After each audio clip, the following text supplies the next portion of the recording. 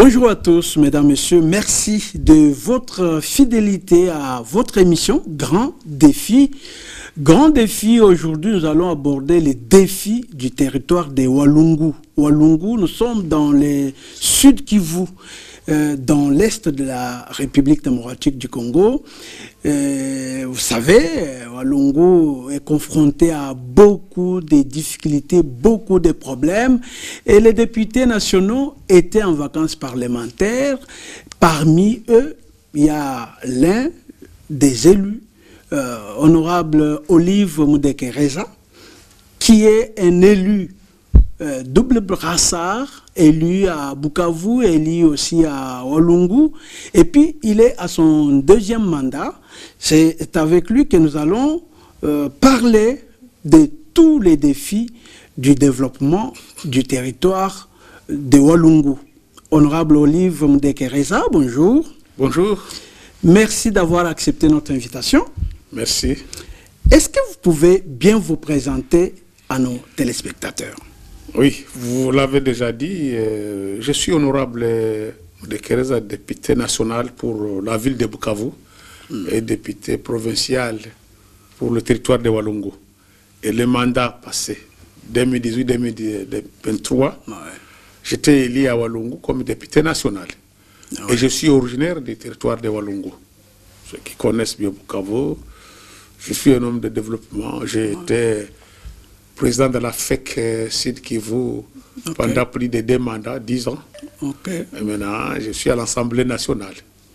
Alors, qu'est-ce qui a compensé l'autre entre député, président de la FEC? Il n'y a rien qui a composé, parce qu'on est toujours entrepreneur, un entrepreneur.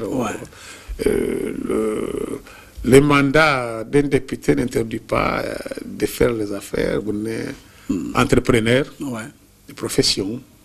On est dans les domaines agricoles. Si vous avez été au Kivu, à Uvira, Bukavu, Kalehe, vous trouverez la société Olive que je représente comme un des responsables dans l'agriculture, domaine agricole. Donc, vous avez choisi de nourrir la population. J'ai nourri la population, exactement. Et d'ailleurs, on était plus dans le domaine des produits industriels agricoles, c'est-à-dire le café, les quinquina. Vous savez, les quinquina sont les produits qui fabriquent la quinine. Mais avec ça, on associe aussi les produits vivriers, comme les bananes, le maïs, le riz, les haricots. Et nous avons ce secteur-là depuis des dizaines d'années. Mais vous avez parlé des problèmes et des difficultés. Les difficultés que nous avons dans les territoires de Walungu, on commence par les infrastructures, la route. On va y arriver. Alors, ça signifie que vous êtes député national élu de la ville de Bukavu et député provincial élu du territoire de Walungu.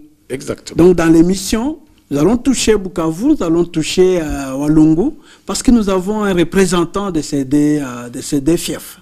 Vous pouvez même toucher toute la province. Quand on est député national, on ne se limite pas dans votre circonscription électorale, non. Même pour toute la République démocratique du Congo, Kasaï, Katanga, Nord Kivu, on peut en parler parce que je suis un entrepreneur. On connaît toutes les problématiques de la RDC, on a fait toutes ces études.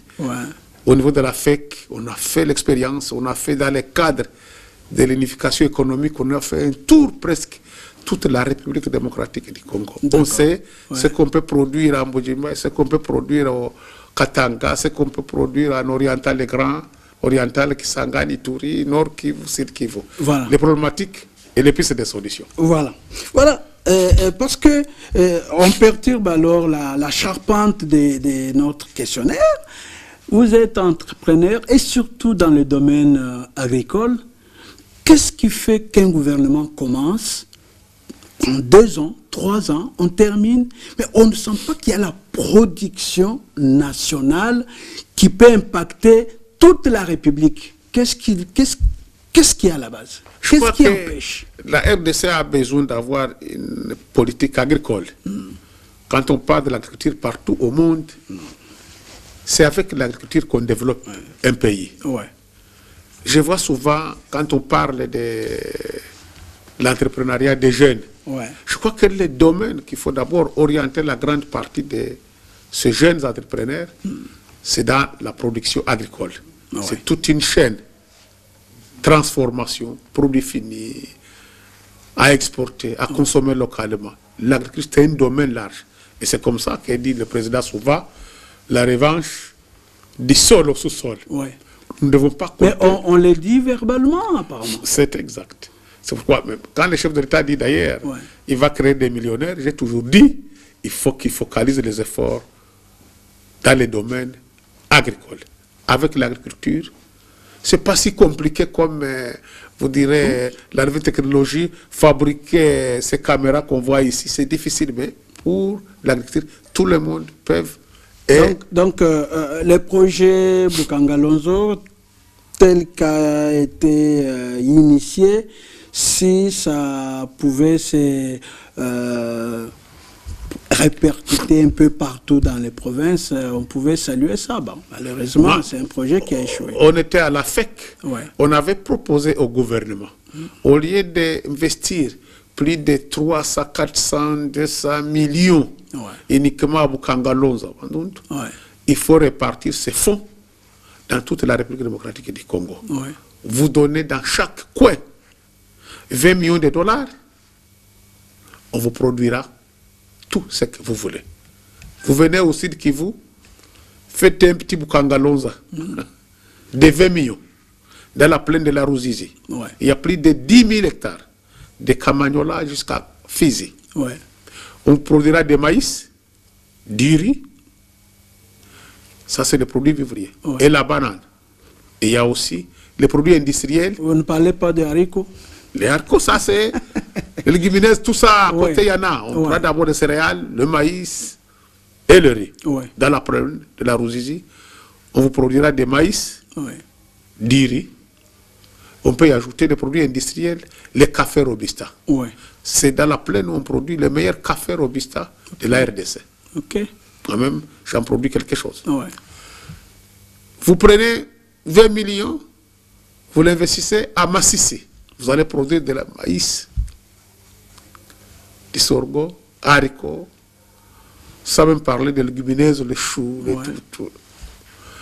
Vous avez 20 millions, vous l'investissez à Nituri. Vous avez 20 millions, vous l'investissez à Tanganyika, Kalemi. Toute la République démocratique du Congo, les 26 provinces, avec 260 millions qu'on a investi à Bukangalonzo, vous l'investissez dans toute la République, vous allez produire partout.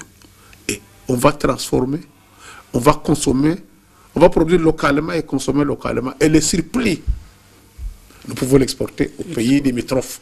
Parce que dans les années 1982, 83, 80, la RDC était les premiers producteurs de café, manioc, maïs et même exportateurs. Et aujourd'hui, on ne sent pas... Qu'est-ce qui se passe? Vous êtes député national et vous connaissez bien les secteurs. Pourquoi ça ne change pas? Vous ne pouvez pas interpeller le ministre de l'Agriculture? Monsieur, quand vous voyez les rapports parlementaires qu'on fait, quand tu vois, moi j'ai fait plus au moins une dizaine de lettres adressées au gouvernement, à chaque ministre, dans son domaine concerné, moi-même. Les ministres de l'Agriculture, on a connu plus de 10 ministres, 5 ministres. On a fait des correspondances, on fait des propositions. On dit qu'il faut cibler dans chaque territoire de la République démocratique du Congo. C'est moi qui ai proposé le projet de 145 territoires. J'ai travaillé sur ces dossiers à mon arrivée à l'Assemblée nationale. J'avais fait une étude de toute la République. Apparemment, ce qui s'est fait, ce n'est pas ce que vous avez fait. On n'a pas fait dans ces mêmes formules. J'avais proposé, et Dieu merci, j'ai vu que le président avait cette grande vision. C'est 2019. Vous verrez dans chaque ministère, développement rural, élevage, agriculture, j'avais fait cette proposition pour dire il y a moyen que dans chaque territoire, sur les 145 territoires, construire un petit centre de santé, une école, un terrain de football, un dépôt de produits agricoles, les endroits où il faut drainer les marais, vous drainez pour les femmes maraîchères, les agriculteurs. Des endroits où il faut irriguer, vous irriguez. Vous ouvrez les pistes de certains agricoles. Avec $1 million dans chaque territoire. 1 million seulement. Même par mois. Vous allez connecter toute la République démocratique du Congo. Et dans chaque coin et recoin, on va produire, on va donner les goûts d'entreprendre aux jeunes entrepreneurs pour la transformation et un produit fini de qualité, exportable et la consommation locale. Il faut les surplus puissent être exportés et que tout le monde puisse avoir à manger. Et cela va stabiliser la monnaie congolaise par rapport aux devises au dollar. Parce qu'on va importer moins de maïs, on va importer moins de riz, et on va... L'élevage, ça on n'en parle pas, on aura plus de vaches, de chèvres, de porcs. Dans tous ces domaines, on produira. C'est comme avait dit le président Kenya, Ruto. Le président actuel, il avait dit dans sa campagne, il dit les Congolais musulmans porter des cravates, porter des pantalons, et ils ne travaillent pas. Mais moi... Vous lui donnez raison. D'un côté, on me donne raison. Moi, je vais produire chez moi du lait, et on va vendre au moins 3 millions de litres par an au Congo. Alors que... Pourtant, nous avons plus d'espace que le Kenya. Nous sommes voisins du Kenya, on peut dire, le Nord Kivu, le Sud Kivu, tous ces coins-là, en oriental, donc, Ituri, et Nord Kivu Beni, Sud Kivu, nous avons des espaces pour l'élevage, pour produire et alimenter tous les pays voisins en lait, en viande, mais c'est le contraire aujourd'hui. C'est nous au Sud Kivu. Alors, vous avez donné des belles idées, belles initiatives, bons projets, et quand vous remarquez que vous n'avez pas été suivi dans cette logique, qu'est-ce que vous avez fait? Parce que vous avez le pouvoir, vous avez également le bâton, honorable. Qu'est-ce que vous voulez? On a même, depuis le mandat passé, donc l'année passée, voté un budget consistant pour l'agriculture. Et aujourd'hui, je crois dans la proposition, l'agriculture aura au moins plus de 10%. Si nous avons 18 milliards, et pourquoi pas, on ne peut pas atteindre 20 milliards si réellement tout ce qu'on paye comme impôts, taxes, rentre dans une caisse. Dans un guichet unique, collecter nos taxes, nos impôts dans un guichet unique, et l'État lui-même dispatche à gauche, à droite, on peut atteindre 20 ou 25 milliards. Et si nous avons 20 milliards, et disons on donne 10% à l'agriculture, ça sera au moins plus de 2 milliards. Imaginez-vous, si nous avons 2 milliards pour relancer l'agriculture, je demanderai au ministre, je lui dirai que les crédits agricoles ne se donnent pas au bureau climatisé à Kinshasa ici. Il faut aller sur terre, dans les coins et les coins. Prenons tous nos jeunes étudiants qui terminent dans l'agronomie. Prenons tous les jeunes qui terminent dans l'Institut de développement rural, le TEDER. Envoyez-les sur terre. Vous payez un jeune qui termine ses études, $500, $1000, vous donnez la moto, il passera partout pour apprendre aux paysans, aux agriculteurs, les paysans, quelle est la saison, le plat culturel, quelle est la période, quelles sont les semences. Investissons en produisant des semences de qualité, avec INERA. Vous allez voir que ce pays va décoller avec ses ressources naturelles. Et on va lutter contre l'exode rural, d'ailleurs, en faisant ça. Justement, c'est ce que nous disons. Nous disons, investissons. Je crois que aussi le développement rural a un budget consistant. Il y a au moins 4 à 5 secteurs qui ne font jamais négliger pour un pays. Il y a d'abord la défense du pays. Il y a le ministère des Transports. Quand on parle des transports, on combine avec des infrastructures. Parce qu'ailleurs, à un moment, d'ailleurs, le ministère des infrastructures, travaux publics, combiner transport, travaux publics ensemble, il faut construire les routes. On connecte les pays. C'est comme ça qu'on va ravitailler tous les pays. C'est comme ça qu'on va approvisionner tous les pays. Et si on a des routes, c'est comme ça qu'on va défendre la nation. La nation, le territoire national. Parce qu'il pouvait arriver n'importe où et à tout moment. Il y a le ministère de la Santé. Vous ne pouvez pas aller cultiver chaque jour si tu n'es pas en bonne santé. Vous avez le ministère de l'Éducation, l'enseignement primaire, secondaire, tout ça. Vous ne pouvez pas développer un pays sans une bonne science. Ouais. Il faut que ces gens-là soient formés. Innovation, il faut être formé. Donc, et l'agriculture. Priorité des priorités. Ouais. Si vous avez ces 5 secteurs qui marchent bien, le pays se développe. Pourquoi? Et tout ça, ça marche ensemble. Parce que si vous êtes sécurisé, vous irez facilement à votre plantation d'avocats. Si vous avez des routes, vous allez circuler, aller partout. Circuler librement. Si vous êtes bien soigné, si vous avez des pour cultiver. Si vous avez des enfants, des jeunes formés, ils ont une bonne science. Ouais. Ils sont bien formés. À la transformation des matières premières. Ils vont demain transformer le farine de maïs en farine de fromage. Ouais. On va fabriquer du pain avec de farine de manioc parce qu'ils ont science, ils ont cette formation, la technicité. Ça, nous avons besoin. Un pays comme la RDC, qui a un potentiel énorme. Nous avons des jeunes. Un pays de 400 millions d'habitants. Et ce sont des jeunes. C'est une richesse. Mais il faut transformer ça en réelle richesse. Donc, l'agriculture. Donner des crédits agricoles. Ouais.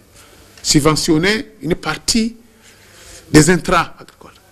Encourager, accompagner-les. Et c'est des choses que vous pratiquez directement. Vous pratiquez et vous avez l'expérience, vous pouvez facilement donner de la matière, même au ministre. On le propose, je vous dis, mon cher ami, je vous inviterai un jour dans mon bureau, vous verrez toute une documentation. Et tout ça, j'adresse au ministre concerné, si c'est un domaine qui le concerne. Mais comme ça ne change pas, vous ne pouvez pas transformer vos questions écrites en question orale avec débat ou en une interpellation. Pourquoi pas une motion de défiance? Parce que les Congolais veulent manger et voilà, c'est lui qui peut donner à manger aux Congolais. Bon, je voudrais vous dire une chose.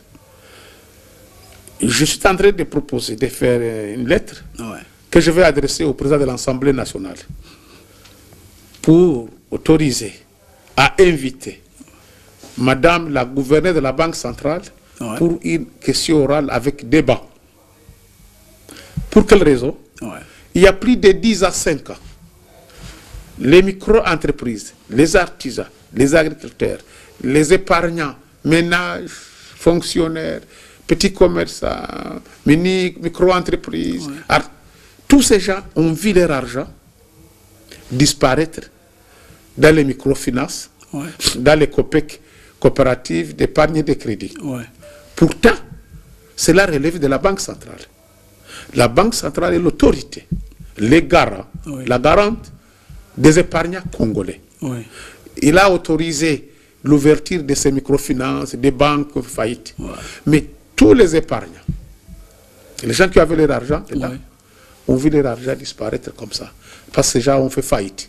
Et ils ont fait faillite sous mise en liquidation par la Banque centrale.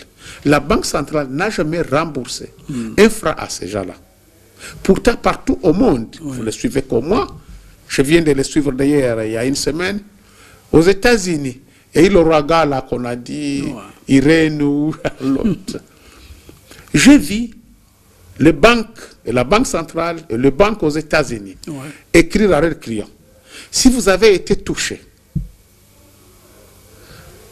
par cet ouragan, nous allons vous aider, vous donner un peu d'argent. Vous avez vu pendant la Covid-19, en France et partout, où les gens ne travaillent plus. Le gouvernement donnait de l'argent aux gens parce que vous n'avez pas à manger, vous n'avez pas travaillé, vous ne faites plus vos activités, on vous donne quelque chose. Vous pensez que c'est faisable? Mais ici au Congo, même les paix que vous avez, on vous l'arrache. Comment voulez-vous que la Banque centrale, le garant qui garantit l'épargne congolais, et qui est l'autorité monétaire, voit les gens être volés, escroqués, je peux dire, et ne sanctionne pas. Parce que ces gens-là, avant d'ouvrir une banque, avant d'ouvrir une coopérative ou une microfinance, vous avez la garantie et la caution que vous déposez à la Banque centrale.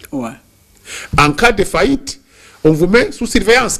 Quand vous commencez à défaillir, vous ne respectez plus vos engagements, la Banque centrale vous met sous surveillance.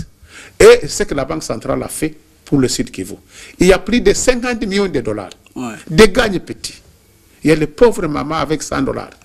200 dollars. Là, c'est une situation de Bukavu. De Bukavu. Et il y a une partie du Nord Kivu à Goma. Et une partie du Maniema. Les banques Imara, Micro, Bouriba, Ibanda. Il y en a toute une liste. J'ai toute une documentation. J'avais écrit à la Banque centrale il y a 2 ans. On avait soulevé cette question à l'Assemblée nationale pendant le mandat dirigé par le président Mbosso. Et Mbosso avait dit il va faire une recommandation. Malheureusement, je crois qu'on était arrivé à la fin du mandat, on n'a plus fait ça. Je vais relancer cela. Je vais écrire au président national, au président de l'Assemblée nationale, à lui donner tous ces documents pour adresser une question orale. Alors, est-ce que la loi sur la composition, le fonctionnement de la Banque centrale prévoit tout ce que vous dites, qu'il faut dédommager, qu'il faut contrôler les banques. C'est d'ailleurs la Banque centrale qui est liquidateur, qui a liquidé. Quand on fait la liquidation, c'est-à-dire, il y a les gens qui ont des crédits qu'on vient verser, et c'est sous contrôle de la Banque centrale. D'accord. Et il a la caution de tous ces gens-là. Vous avez suivi bien qu'ici, on dit que... Et nous, on avait proposé.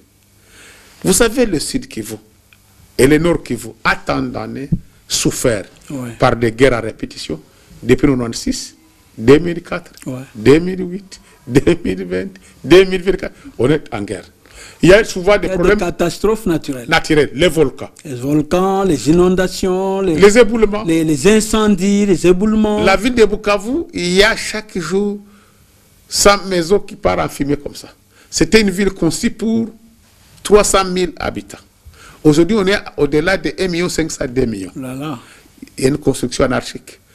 Par manque d'habitants. C'est le rôle du gouvernement de construire des logements sociaux. On a prévu 4 000 maisons. Je vois dans les budgets encore, on reprend ça. Il y a 16 provinces concernées. Je vis que Bukavu était concerné avec 300 maisons. Bukavu a besoin aujourd'hui même de 4 000 maisons. Je suis vu aux États-Unis, en Chine, en France, on a besoin de logements sociaux, 3 millions de logements sociaux par an. Mais au Congo, toutes nos villes, vous savez, nos villes, dans l'état où se trouvent nos villes, Kinshasa ici, Lubumbashi, Kasai, Goma, tout ça, on a besoin de reconstruire. On a besoin que le ministère de l'urbanisme puisse construire des logements sociaux. Et donc, les gangs petits de Bukavu, de Goma, ont perdu leur argent dans des microfinances et consorts. Je vous dis 50 millions de dollars. La coopérative Copec Imar lui-même a pris de 12 millions de dollars. Les autres... Et elle a disparu? Elle est tombée en faillite? Ils ont tombé en faillite.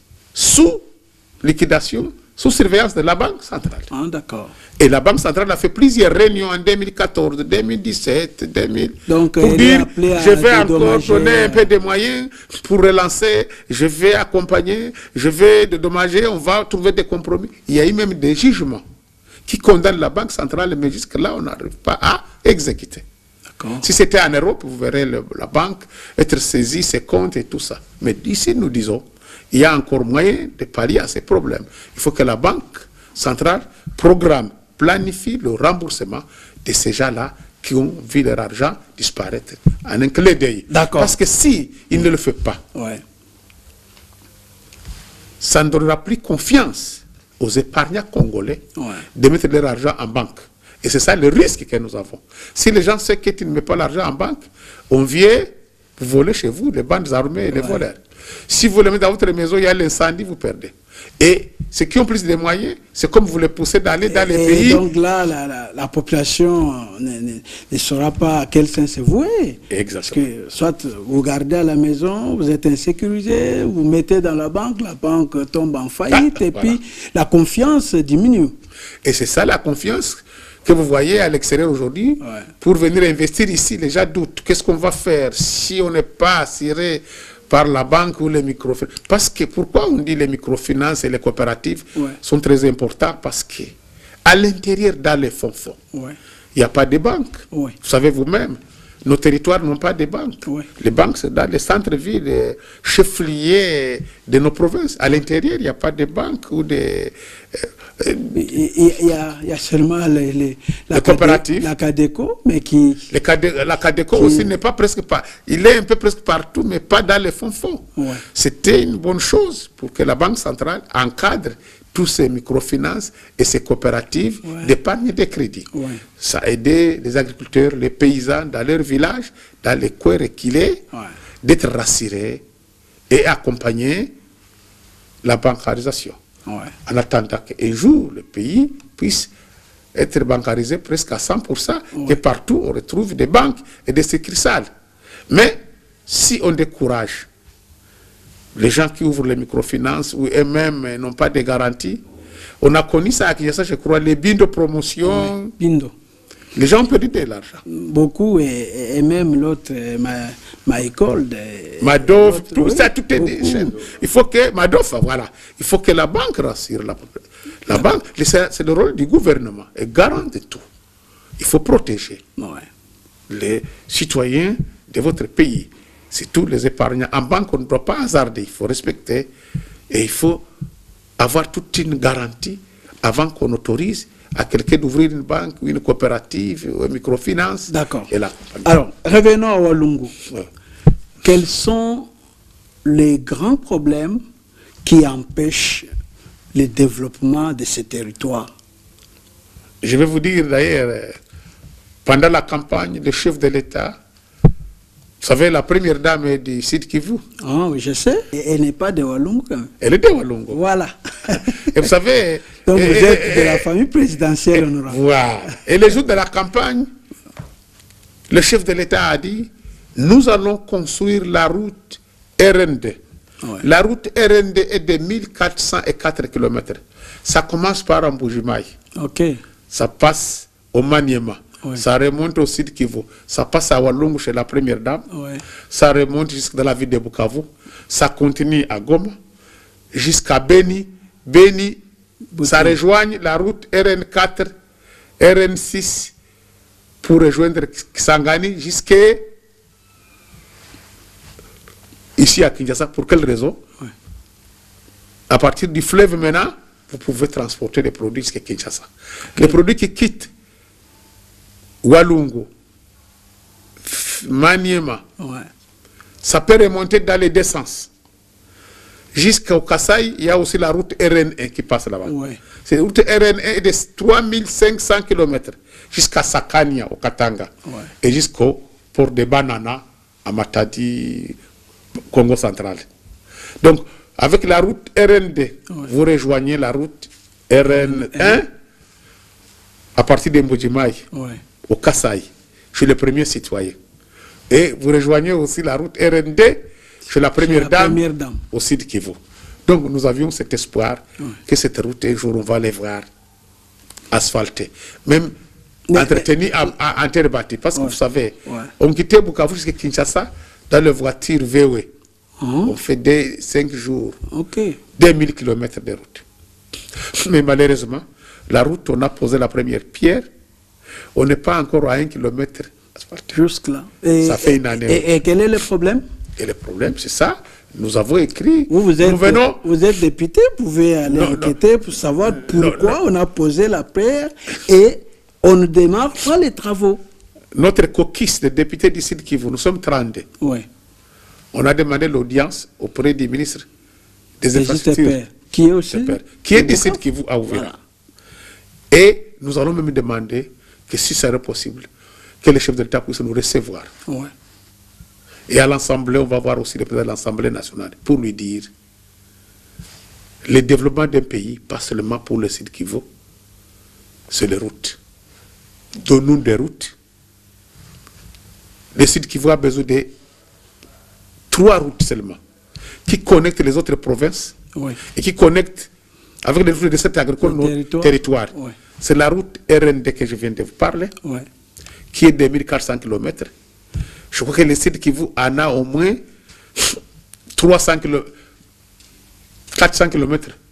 Parce qu'à partir de Walungu jusqu'à Kalehe, Goma, nous avons dans les 300 km, sur les 1400. La route RN5, c'est la route qui quitte Bukavu jusqu'à... Ça descend à Uvira, ça continue à Fizi, ça va jusqu'à Tanganyika, Kalemi. C'est à peu près 500 km. Nous avons la route RN3, qui a une jonction dans la ville de Bukavu entre les routes RN5 et RN2, qui arrive jusqu'à Kisangani, c'est moins de 600 km.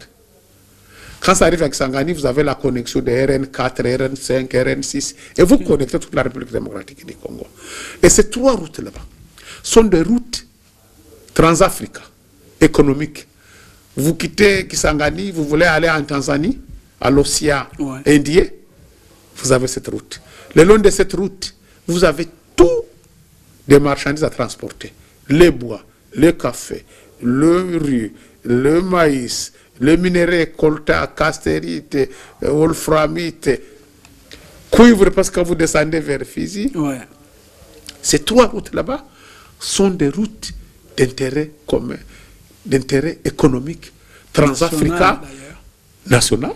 Ça vous ramène jusqu'en Tanzanie, dans les pays voisins. Et avec cette route, ces 3 routes, vous pouvez quitter l'Europe avec vos marchandises en Asie, en Amérique. Vous l'avez au port de Mombasa, au port de Dar es Salaam. Vous pouvez arriver aussi jusqu'au port de Banana, Matadi, si vous avez ces 3 routes-là.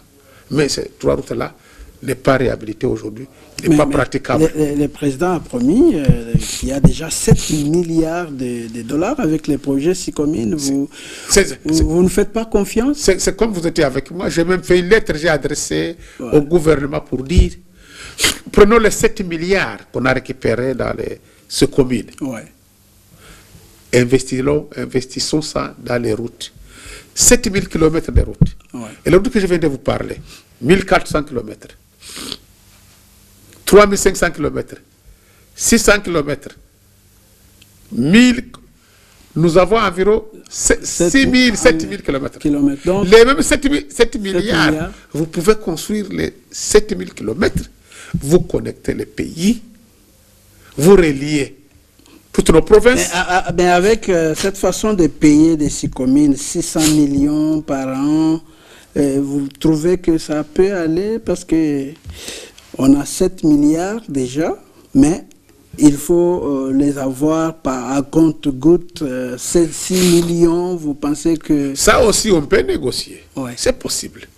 On peut dire aux mêmes Chinois, avec la mission de contrôle, y compris en partenariat congolais, chino-congolais, pour dire, ok, vous ne débloquez pas les 7 milliards le même jour. Nous allons l'investir dans les routes. On va aussi signer avec les entreprises congolaises et vous des contrats de construction des routes. Vous ne débloquez pas le même jour les 7 milliards. Progressivement. Vous êtes en train de faire des routes. On met des sociétés, une partie commence par le Sud Kivu vers le Kasaï en passant par le Maniema. On prend l'autre société qui commence par Tanganyika vers Sakania. On prend l'autre qui commence par Nord Kivu, qui va vers Kisangani. C'est comme ça ils vont se réjouir. On met plusieurs entreprises. 7000 km, c'est pas pour une seule entreprise. Peut-être on peut mettre au moins 70 entreprises. Chaque entreprise a au moins 100 km, 100 km.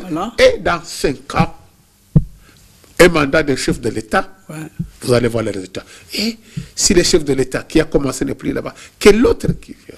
Que le nouveau continue. Il ne faut pas qu'on a fait les 5 chantiers. Le président Kabila a fait 5 chantiers. C'est comme si le président ici fait un programme. Non. Un programme de construction des routes n'a pas de couleur politique. Va demeurer. On a un programme, on veut relier tous les pays. Ok.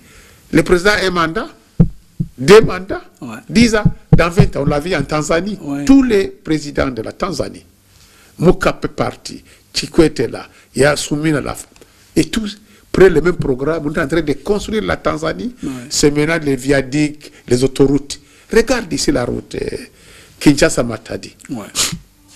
Une route demande fortement sollicitée. Je me souviens, j'étais à Matadi, en revenant. je faisais au moins pendant 1 heure derrière des gros camions là-bas. Ailleurs, on doit avoir la route comme Matadi, Kinshasa, une autoroute de 4 à 6 bandes. 4 bandes. Il y a une bande pour les poids lourds, il y a une bande pour les voitures, une bande pour les bus plus rapides. C'est comme ça. 4 bandes, mais pas 2 bandes, c'est un problème. Les bandes, c'est trop petit. Trop petit. Et des accidents, vous le voyez vous-même. C'est parce que là-bas, la route est trop petite. Il faut élargir cette route en 4 ou 6 bandes. C'est comme ça que les pays vont se développer. Tu vois là. Donc, Walungu, d'abord les routes. Oui. Ici, on a élargi, on a parlé beaucoup de routes qui sont nationales, mais quand nous entrons à Walungu, il y a un problème de routes et de dessertes agricoles. Et justement, et puis, et la route nationale, comme on a dit, RND, si vous ouvrez cette route, RND, vous la construisez vers, vous passez Mwenga, Chabunda, parce qu'il y a connexion entre ces 3 provinces, 3 territoires, Chabunda, Mwenga. Avant d'aller à Chabunda, vous passez par Walungu. Avant d'aller à Mwenga, vous passez par Walungu. Donc, nous avons intérêt de voir construire cette route, Chabunda, Mwenga, Walungu. Et nous avons des routes de dessert agricole qui vont dans les villages, groupement par groupement, nous faire des ponts. Et ça ne coûte pas grand-chose. C'est question au ministère du Développement rural, au ministre des Travaux publics, comme programme. Développement rural, vous avez $1000 par kilomètre. Si vous voulez faire l'entretien des routes de dessert agricole, même ouvrir des pistes de dessert agricole, avec $1000, vous travaillez avec les paysans, les agriculteurs, et vous ne vous demandez pas beaucoup de choses. Vous amenez des matériels, pioches, bêches. Vous travaillez ça en communauté, dans les comités de développement. Il y a les comités locaux de développement. Ça, vous pouvez les remettre en marche. Travaillons ensemble avec le développement rural et ils ont besoin de ces routes là-bas. Ils vont s'impliquer eux-mêmes à moindre coût. Alors, est-ce qu'il y a des minéraux à Walungu? À Walungu, il y a une partie des minéraux. La cassiterite et l'or. Quand vous parlez vers Nzibira, Nzibira c'est une partie de Walungu. Vous avez l'Undukulu, c'est une partie de Walungu. Aujourd'hui, on découvre partout des minéraux, des gisements de minéraux. Qui sont déjà exploités ou pas? Oui, mais si vous parlez des minéraux, vous avez Chabunda et Mwenga est totalement minéralisé. Et une partie au site Kivu. À Ouvira, vous avez aussi quelque chose d'indice des minéraux casserites. Vous avez à Calais, c'est presque partout. Et l'argent qui doit revenir, c'est pas au secteur pour les développements. Est-ce que vous avez suivi, l'argent revient? Et c'est là où on dit qu'il faut bien gérer... 14% des communautés locales. Et il faut bien gérer les secteurs miniers. Aujourd'hui, on voit comment les Chinois pilent chez nous, là-bas, à Mwenga, Chabunda. Ils ne sont pas contrôlés. Ils exploitent, ils soutirent de l'or et de l'or. Vous savez, ce sont des matières... Mais vous êtes représentant du peuple. Nous sommes des représentants. Ce que vous faites lorsque vous voyez une situation irrégulière... On signale, on dit au gouvernement, on dit à l'exécutif. C'est l'exécutif qui a décidé. Les députés parlent. Les députés montrent tout, parlent tout et montrent tout. Mais la décision revient à l'exécutif. Nous n'avons pas la décision exécutive. C'est lui qui décide. Vous avez la décision, vous avez les bâtons, honorable. On a les bâtons, mais on ne sait pas frapper à tout moment. Mais vous n'avez pas encore frappé, il faut frapper. Et même la population qui vous suit veut voir que chacun fasse son travail. Donc, les députés, non seulement il élabore des lois, mais il a les bâtons, il a les contrôles sur les entreprises, sur la situation du pays. Vous avez le contrôle et vous pouvez frapper. Et voilà, la population va vous soutenir encore en ça. Si on peut frapper, nous sommes tout à fait d'accord avec vous. Mais il ne faut pas attendre qu'on vous frappe pour agir. Il ne faut pas attendre qu'on vous frappe. Mais chaque fois, les députés montrent à l'exécutif, aux ministres, aux autres, travaillons. On a l'espoir aujourd'hui qu'à l'arrivée de la première ministre, Madame Judith Soumino, va faire quelque chose. Mais on a déjà, c'est 3 mois, 6 mois maintenant, on est de plus de 100 jours. On attend voter les budgets, que ce soit promulgué, qu'on voit comment on va l'exécuter. Nous pensons que ça doit être un gouvernement d'espoir. Sinon, les gens souffrent. Et les gens attendent beaucoup du gouvernement. Mais malheureusement, c'est nous qui payons les ponts cassés quand on est sur le terrain. Les gens pensent que c'est nous, l'exécutif. Alors, honorable, est-ce que vous pouvez nous dire, nous vous voyons, vous-même là, vous êtes un agent, on peut dire un agent social. Je suis Vous voilà en train de donner, de faire des dons aux uns, aux autres, ça fait la joie. Est-ce que vous pouvez nous expliquer pourquoi vous faites ça? Ça, c'est ma conviction personnelle. Je suis un agent de développement. Ça n'a pas commencé aujourd'hui. Ce n'est pas le rôle des députés de donner des tôles pour les sinistrés, construire les routes, construire un petit des centres de santé, des ponts. Ça, c'est le rôle du gouvernement. Mais dans la situation où nous trouvons aujourd'hui, ne pas répondre à votre population, à vos électeurs. Nous avons cette culture chez nous, qu'on dit Mouchamouka, est notable. C'est notable, surtout quand on dit honorable, notre honorabilité, nous sommes redevables devant cette population. Je vous donne un cas. La ville de Bukavu a connu plus de 100 incendies dans un temps record de 6 mois. Voilà.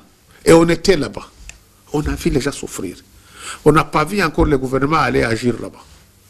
Ton voisin. Non, sa maison brûle. On a vu des missions du gouvernement central descendre sur place. On est parti avec le gouvernement central à Goma. On a fait Bukavu. Ils sont partis avec Endo pour une centaine de familles. On a pris de 5-10 000 familles qui ont été touchées. C'était même impossible. Les ministres qui étaient à Goma, nous sommes partis avec son DIRCAB. Le DIRCAB a dit, on ne sait plus.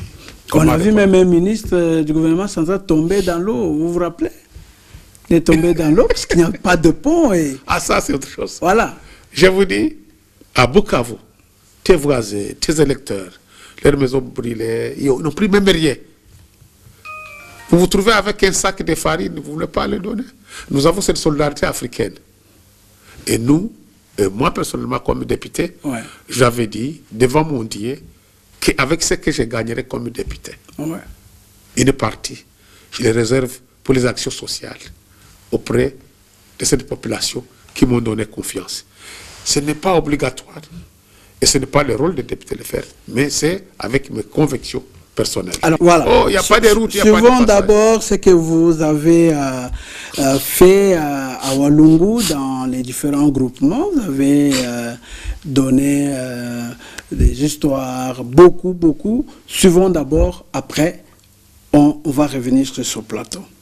Ce sont des vacances parlementaires qui se sont déroulées avec franc succès au Sud Kivu pour le député national, l'honorable Olive Mudekereza Namegabe, l'élu de la circonscription électorale de Walungu. Ce dignitaire de ce terroir a de manière pragmatique encouragé les paysans à s'investir davantage dans l'agriculture en travaillant en coopérative et à s'impliquer pour la création des champs communautaires, ce qui pourrait favoriser a posteriori l'accompagnement judicieux des activités agricoles, de l'élevage et de la pêche. Dans le concret, l'élu de Walungu a procédé à la distribution d'intrants agricoles, un lot composé essentiellement de bêches, arrosoirs et râteaux. Un geste qui s'inscrit dans le contexte de la lutte contre l'insécurité alimentaire en République démocratique du Congo et dans le processus de stabilisation de la monnaie locale, le franc congolais. C'est comme ça qu'on a distribué sur les 14 localités, 3, 5, 6, pour permettre à faire les travaux communautaires, les salongo, et à faire des chats communautaires. Et on a discuté avec les femmes pour les avec un mousson. On viendra voir avec les jeunes filles pour trouver des machines à coudre, faire un centre de formation. Si on a des machines, on peut les aider. Dans ce bel élan de sa politique de proximité, Olive Mudekereza a également assisté les victimes de l'incendie qui s'était déclaré à Bukavu au début de la saison sèche, précisément dans la commune d'Ibanda, aux avenues Irambo 1 et 2, au quartier Nyalukemba et dans la commune de Kadutu, aussi dans le quartier Chimpunda. Au total, 1500 tonnes ondulées, des vivres et non-vivres ont été distribuées. Farine de maïs, bâches, bidons d'huile et des bassins. C'est l'essentiel des denrées octroyées. Partout où il y a eu des incendies, j'ai dit qu'avec mes émoluments, nous allons partager avec la population. Et vous vous souviendrez que l'année passée, on avait initié un petit projet où j'avais dit que nous, les fils et les filles du Sud Kivu, nous pouvons chaque fois venir en aide nos populations.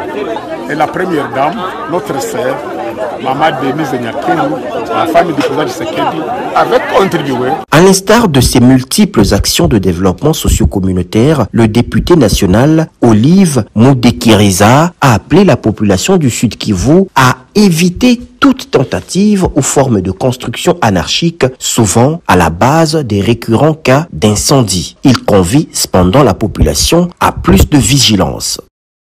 Bon. Il y a ce problème-là des conflits qui ne terminent pas à Walungu. Les conflits fonciers, les conflits qui perdurent.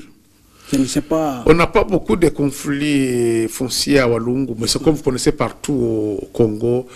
Tous les litiges et les problèmes sont des litiges fonciers.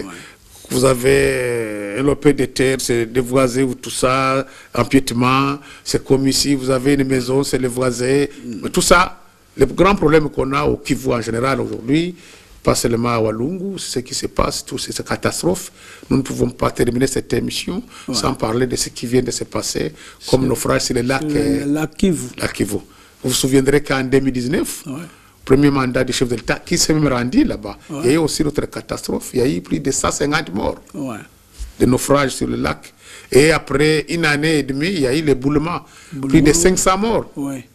Tout ça sont des catastrophes où l'État devrait... Et même des accidents de circulation qui ont causé la mort des élèves. C'est tous les jours.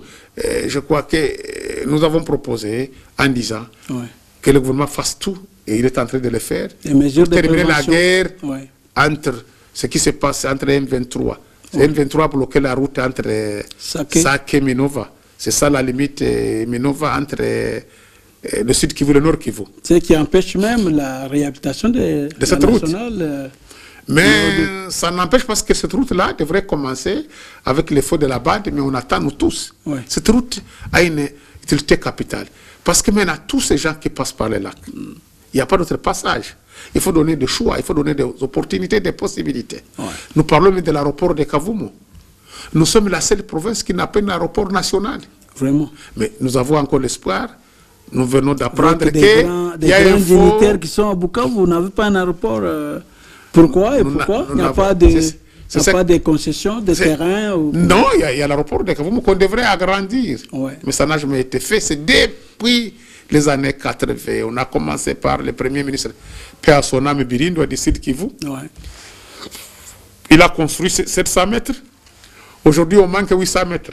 Pour avoir un aéroport au standing, aux normes nationales. 3000 km. 3000 mètres. Donc ça fait environ 3 km. On est à 2000 mètres. Il faut avoir 3000 mètres. Mais les sites ça traîne. Pourtant, l'aéroport de Kavumu a une importance capitale pour plusieurs raisons, sécuritaires, économiques.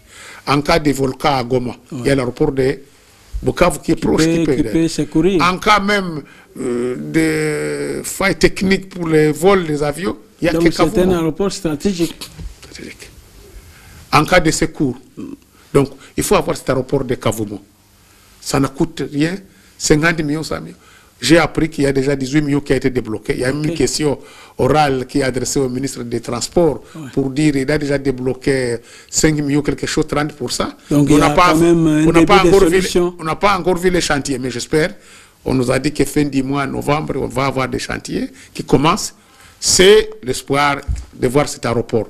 Nous avons un transport multimodal. Ça permet à la RDC de bien fonctionner. Vous avez les chemins de fer. Nous avons un chemin de fer qui va passer par... qui vient de la Tanzanie jusqu'à Bujumbura. Bujumbura, ça va arriver au site qui vous Bukavu jusqu'au Maniema. Nous avons nos routes, nous avons des aéroports. Si ces trois mis ensemble fonctionnent bien, je crois que le Congo sera un paradis. Donc, le site qui vous dit, il faut... Ces problèmes de nos frères sur le lac Kivu et le lac Tanganyika, il faut les prévenir. Qu'est-ce qu'il faut faire? Il faut renforcer la Société nationale de transport, SNCC. il y avait à l'époque des bons bateaux qui est construit au standard, aux normes. Ouais. Vous savez, le secteur privé s'est débrouillé, mais il faut que l'État les accompagne pour construire des bateaux qui respectent les normes et les standards. L'Office des routes avec SNCC, ils avaient construit des bacs. Ouais. Ce sont des bacs qui peuvent transporter même des véhicules sur le lac et qui peuvent transporter les produits agricoles. Ouais. Tous ces produits agricoles, maïs, manioc, bananes, vaches, les encombrer avec les passagers. Les passagers. Et les besoins dans nos villes dépendent de Ijwi, Kalehe, Katana, Goma. Nous devons fournir nos deux grands centres de consommation. Les produits qui viennent d'Ijwi, de Kalehe, Kabamba, c'est sur le lac. Ouais. Il faut transporter ce produit par bac pour amener dans nos grands centres de consommation. Il faut que la SNCC, l'État mette encore des moyens. Ouais. Bukavu a beaucoup de problèmes. Nous sommes une ville qui n'a pas d'eau. Nous sommes entourés par les lacs. Mais il faut me demander à la régie. L'eau qui manque. L'eau qui manque. Et puis, les seuls actionnaires de la régie des eaux, c'est le gouvernement. Il faut injecter des moyens. Ou bien, il faut que le gouvernement paye ici, il y a les dettes à la régie des eaux, pour que la régie des eaux investisse à avoir de l'eau. Qui viendra investir dans un pays où on dit qu'il n'y a pas d'eau? Vous avez une maison de 5 étages, mais vous portez de l'eau dans les bidons sur la tête. Voilà. Comment vous vous imaginez? Voilà, donc, honorable Olive Moudekereza, je sens que vous avez beaucoup de matière et ce n'est pas la première fois que Grand Défi vous reçoit. Nous allons encore vous recevoir très prochainement. On a fini pour aujourd'hui. Merci d'avoir été le nôtre. C'est moi qui vous remercie. Je suis à votre disposition. D'accord. Je suis un député, vous pouvez m'inviter à tout moment. D'accord. Même sur les questions parlementaires, il n'y a pas de souci. On en parlera de la République, on connaît. Nous sommes un acteur de développement, on connaît sur la République démocratique. Je sais que si demain on reprend l'agriculture, Kasaï va alimenter à maïs tout le pays. Si on demande, chaque province, on peut les citer, une capitale de tels produits. Ouais. On peut dire au Kivu, vous êtes capitale du colta. Voilà. On peut dire au Nord Kivu, vous êtes capitale du lait de la viande. Vous pouvez dire Mbujima est capitale de cuivre, Katanga, diamant et le maïs. Voilà. Donc tout ça, le pays est riche et a des potentiels énormes. D'accord. Merci. Voilà, mesdames, messieurs, merci. Voilà qui met terme à cette émission Grand Défi. Merci de l'avoir suivi. La suite au prochain numéro. Au revoir.